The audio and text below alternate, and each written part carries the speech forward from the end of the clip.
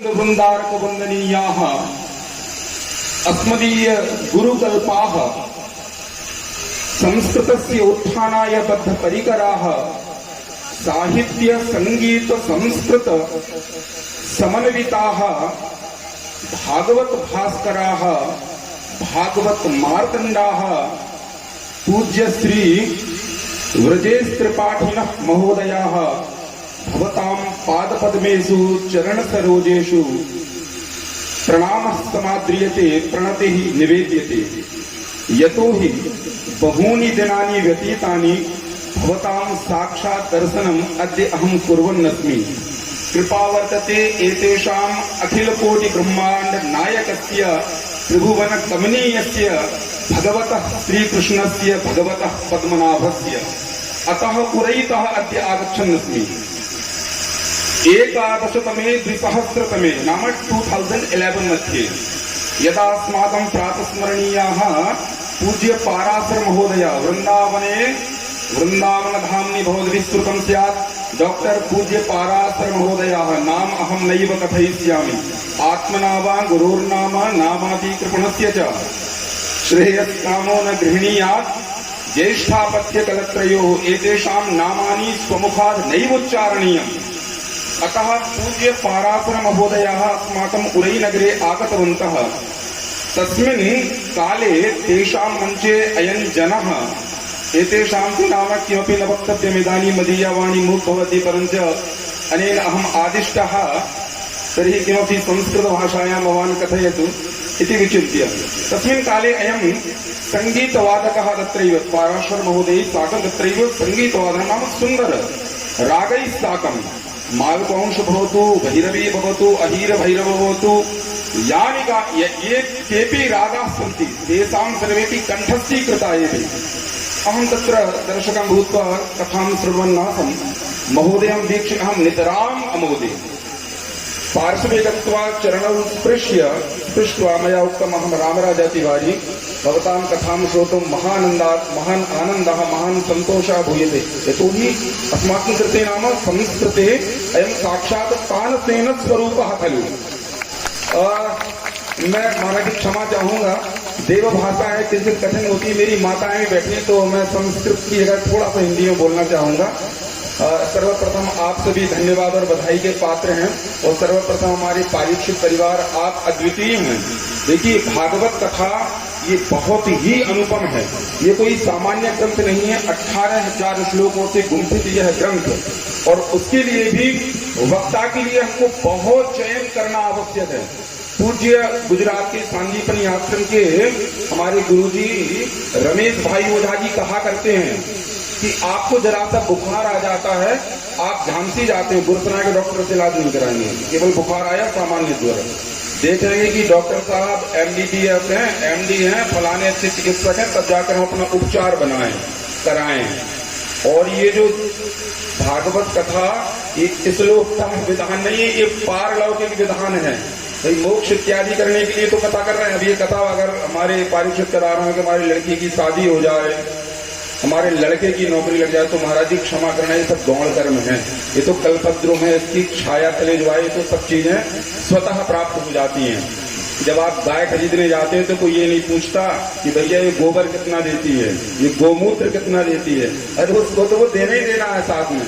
आप यही पूछते हैं कि दूध कितना भी है, इसमें घी अच्छा निकलता है कि नहीं निकलता है। तो ये भागवत तो दारिद्र दुख ज्वलिदाहिता नाम माया पिशाची परिमर्दिता नाम। अब ऐसी कथा के लिए हमको वक्ता भी जो है MBBS तरीका PhD होल्डर होना चाहिए।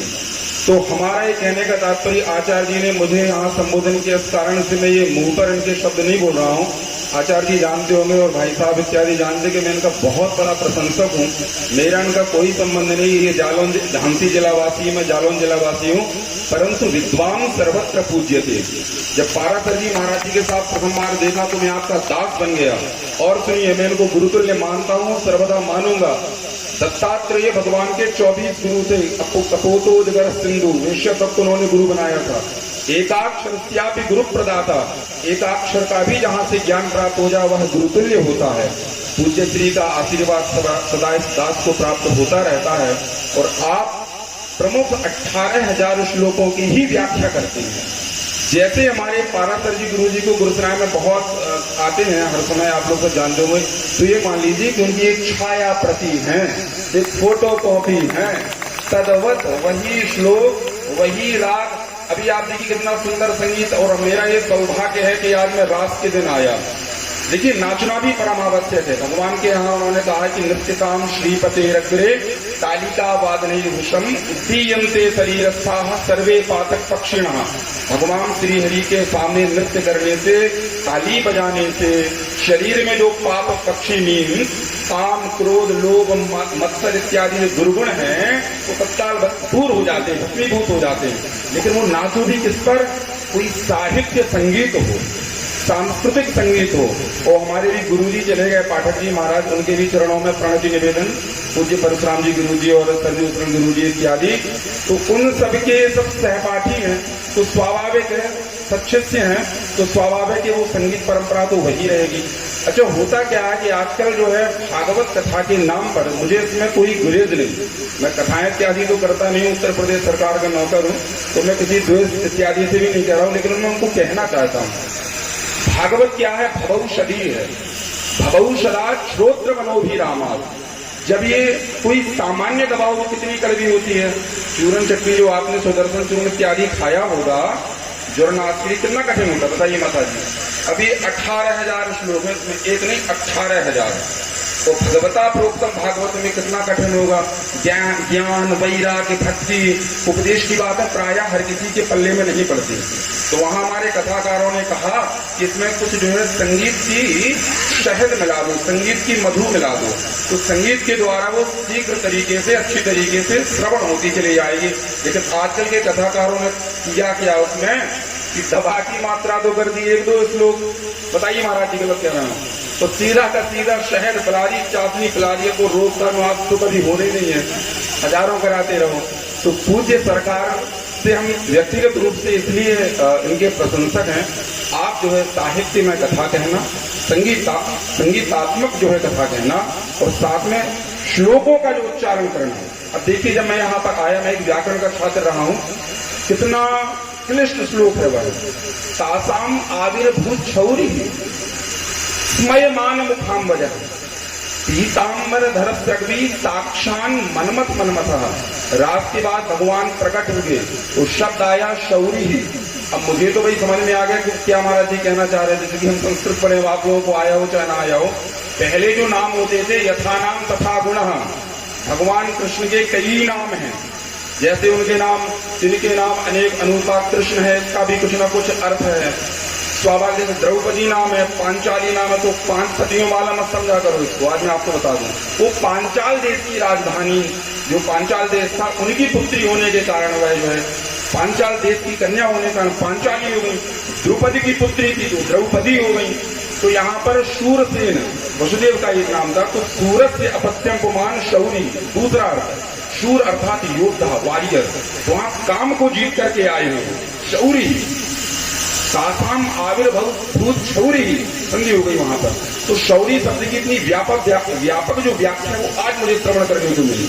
तो पूज्य महाराज श्री, मैं आपके चरणों में पुनः प्रणिपात करते हुए मैं आपसे यही मंगलाशंसा करूंगा कि शास्त्रे वादे कवित्वे प्रसरतु तवधि मातु कुंठा कदापि।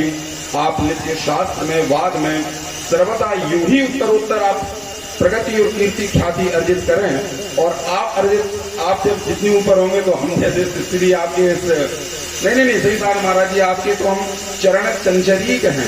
चरण माने चरण, और चंचरीक माने होता है भौरा। अब देखिए आप यहाँ पर हैं, भौरा पूरे से चल करके आज यहाँ आया, तो स्वाभाविक है कि प्रभु आपके दर्शन से तव कथामृतम तप्त जीवनम कवि विरीडितम कल्मशापहम। गोपियां वहां भगवान कृष्ण से कह रही हैं और हम आपसे कह रहे हैं कि तव कथामृतम, आपके द्वारा ये जो मंद मंद भागीरथी प्रवाहित हो रही है। अब देखो ये सब माताएं बहनें अभी तक बैठी, इनको घर का कोई काम काज नहीं सुहा रहा है, वाणी में ही अमृत है, साक्षात सुरसरी प्रवाहित होती है। तो पारीक्षित जी, मैं आपका पुनः धन्यवाद करूंगा। ऐसे योग्य वक्ताओं का ही चयन करके हम और आपको कथा श्रवण करना चाहिए। ये कोई साधन कार्य नहीं है, ये परलोक का कार्य है। दृष्टांत धीरो कुशलः, वक्ता जो है प्रामाणिक हो, पढ़ा लिखा हो। स्वाभाविक और भी ब्राह्मण आते हैं, सभी जो है सम्माननीय हैं, पूजनीय हैं, परंतु ऐसे अनुष्ठान के लिए, विशेष कार्यों के लिए हमें पूज्य सदगुरुदेव की शरण में जाना चाहिए। अब समय कम है, अतः यही मैं महाराज जी आपसे जो है अनुमति चाहूंगा, क्योंकि आरती भी होना है। अतः आपके श्री चरणों में पुनः प्रणाम करते हुए, दास आपके चरणों में प्रणामांजलि समर्पित करते हुए यह अपना वक्तव्य जो है परिणति की ओर ले जाता है। बोलिए श्री वृंदावन बिहारी लाल की जय। तालियां जरा जोर से बजाओ। ये विद्वानों की भाषा होती है।